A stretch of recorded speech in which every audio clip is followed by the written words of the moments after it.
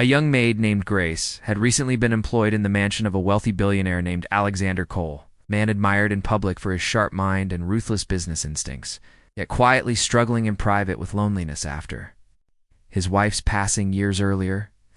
Grace came from a poor background, supporting her younger siblings and her widowed mother by working long hours.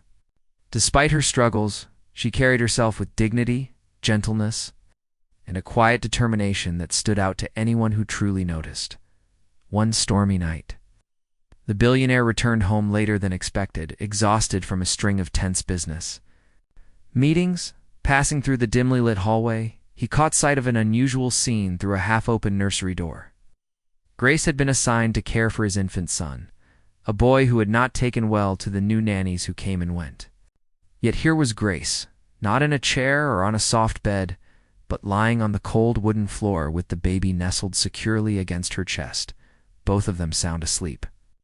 She had wrapped her own thin shawl around the child, keeping him warm while she endured the hard surface beneath her. Alexander paused, stunned. He had hired many caretakers before, but none had shown such selfless devotion. His heart softened in that quiet moment, realizing this young maid had given more love and comfort to his child than wealth could ever buy. The image lingered in his mind long after he left the doorway the next morning. Instead of reprimanding her for unorthodox behavior, Alexander gently asked why she hadn't placed the child in his crib. Grace explained in her humble voice that the baby cried endlessly unless he felt a heartbeat close by. "He just needs to know he is not alone," she whispered. Her words struck him deeply, for they reminded him of his own late nights spent alone in empty halls, drowning in silence. Over the following weeks, Alexander observed Grace more carefully. She never complained, even when working late or receiving curt orders from the senior staff.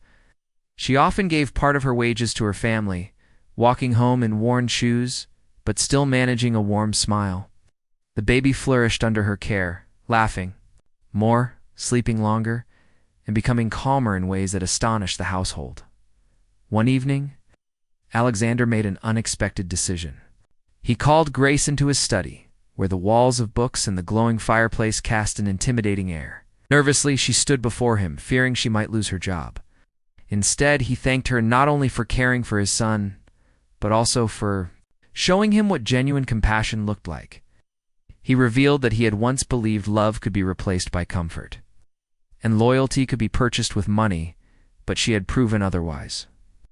Moved by her story of struggle, Alexander arranged for her family's financial support.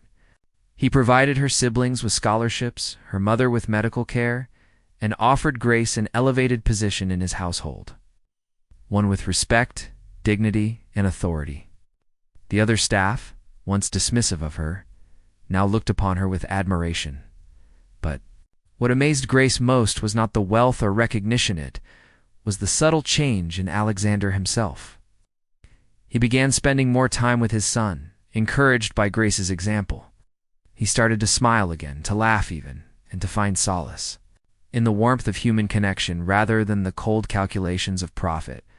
The billionaire who once measured everything in numbers now found immeasurable value in the simple act of kindness. The story of Grace's humility and Alexander's transformation quietly spread among those who knew them, a reminder that compassion can bridge worlds of wealth and poverty. For Grace, sleeping on the floor that night was not an act of sacrifice, but of love. And for Alexander, seeing it was the moment his heart awakened,